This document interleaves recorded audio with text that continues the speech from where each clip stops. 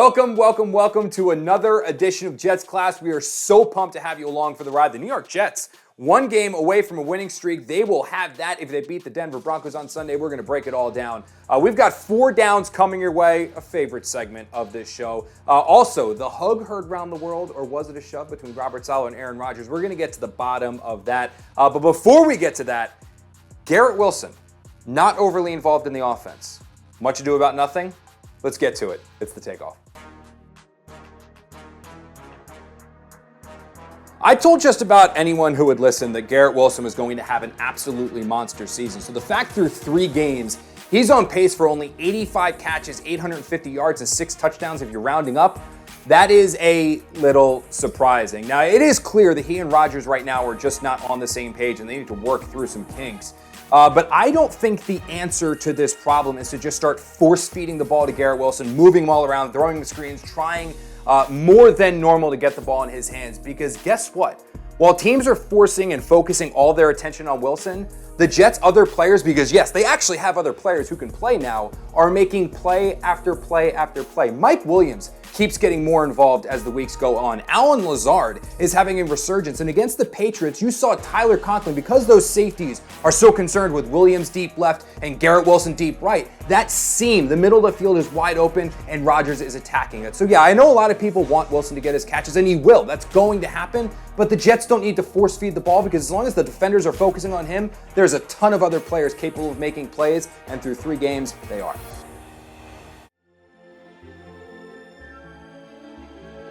Thursday night football, Jets-Patriots. Midway through the second quarter, the Jets go up 14-0 for the first time in what feels like forever. Everything is right at Jet Life Stadium. That is, until Aaron Rodgers ran to the sideline and 2-hand shoved Robert Saleh, denying his head coach's enthusiastic hug and shouting in his face, "It is my duty to dig up the cold, hard truth of this case."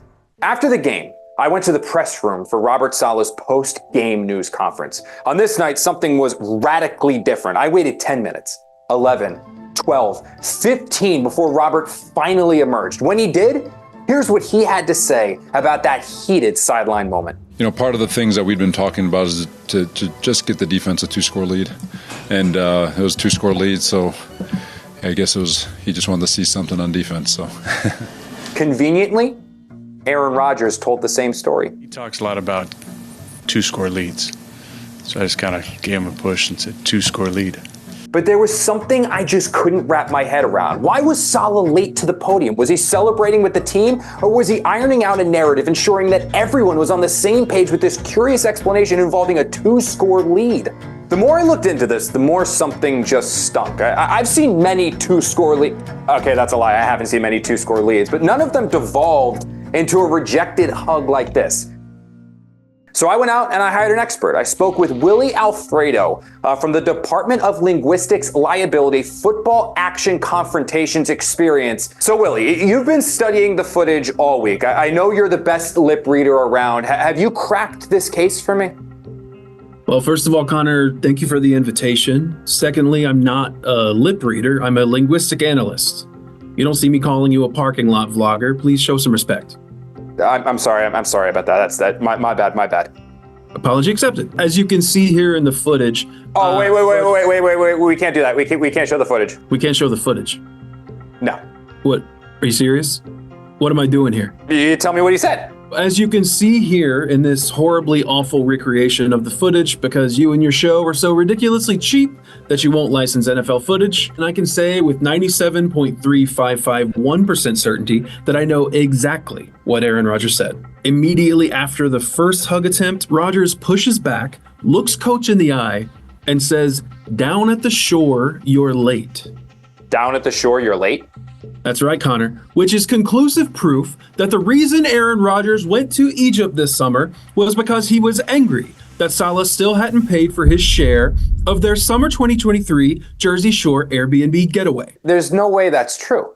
It's all right there, Connor. Film doesn't lie. Willie, I know you're the expert here, but I follow the Jets pretty closely, and I'm confident that Aaron Rodgers and Robert Saleh didn't take a Jersey Shore summer getaway together.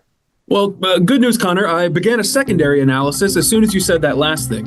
And I can now say with 98.0004% certainty that I know exactly what Aaron Rodgers said. Roll the clip. Dude, hang on. This is my show. Here we go. I'll say hug, push, and boom. Plain as day. Check the chore list.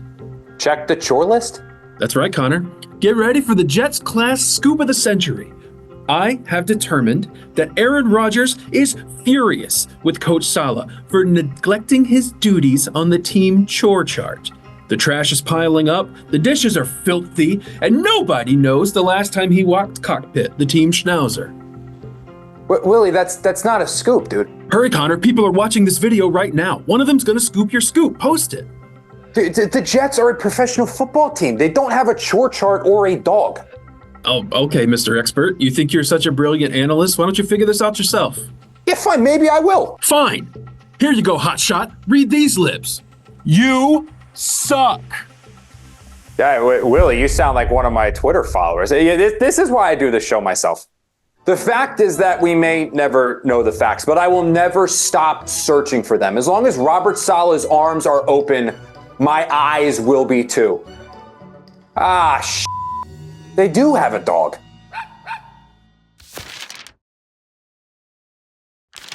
It is time now for 4 Downs, and it is presented by Monmouth University. Explore further at monmouth.edu/amplified. You guys know how this works. It's a staple of the show. It's 4 topics on the Jets, my thoughts on those topics, and it starts right now with First Down.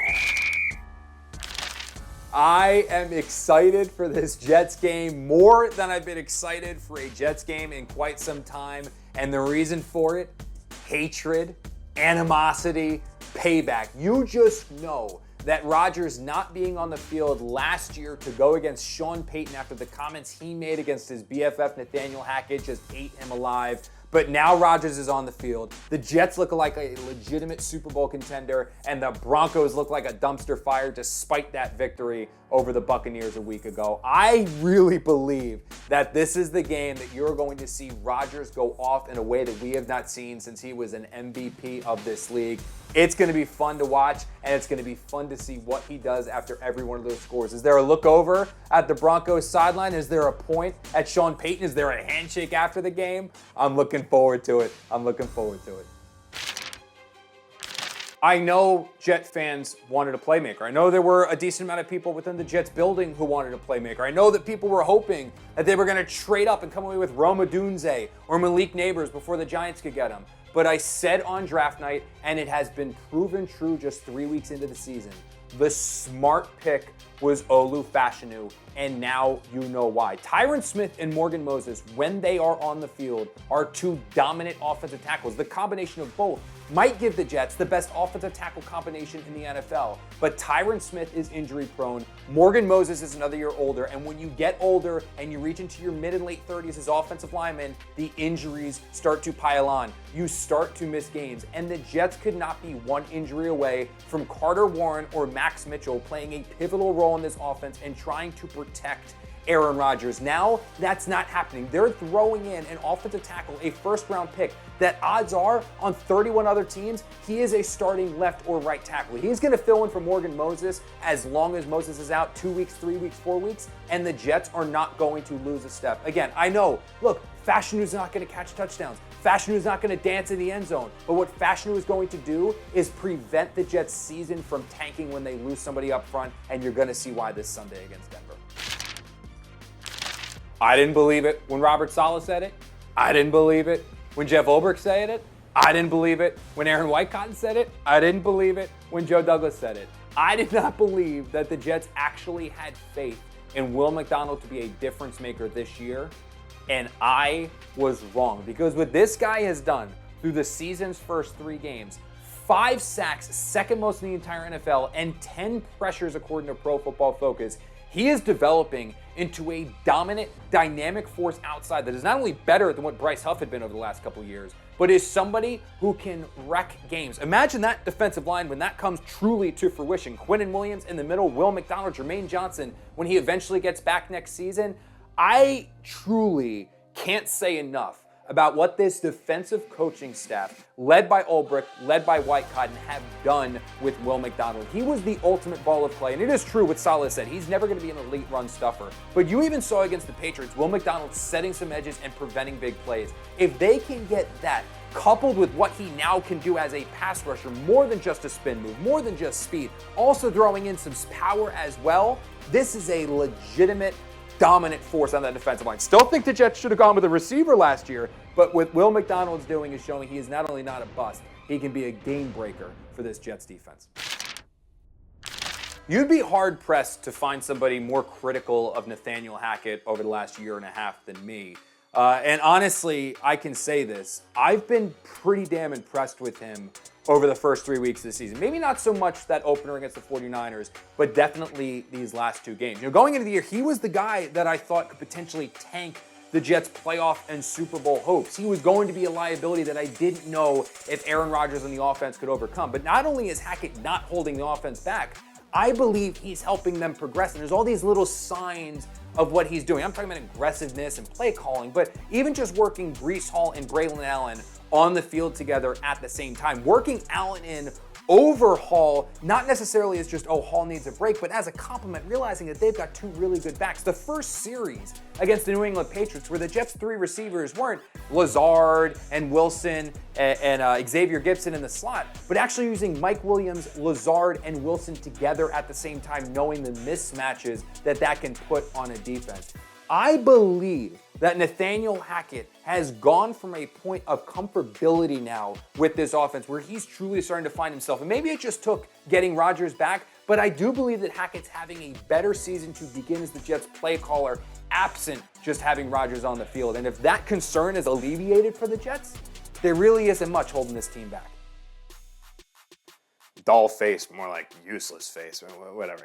Thank you guys so much for joining this episode of Jets Class. It was an absolute blast. If you want to catch all previous episodes of the show, you can across SNY's digital platforms. That is Facebook, that is X, that is YouTube, that is SNY.TV. If you're watching us on YouTube, you know the drill by now. Like and subscribe so you can spread these videos to a bunch of other Jet fans. If you want more of me and the rest of the Jets pregame live crew, we are coming your way at 12 o'clock on Sunday before the Jets take on the Broncos. We'll see you guys there.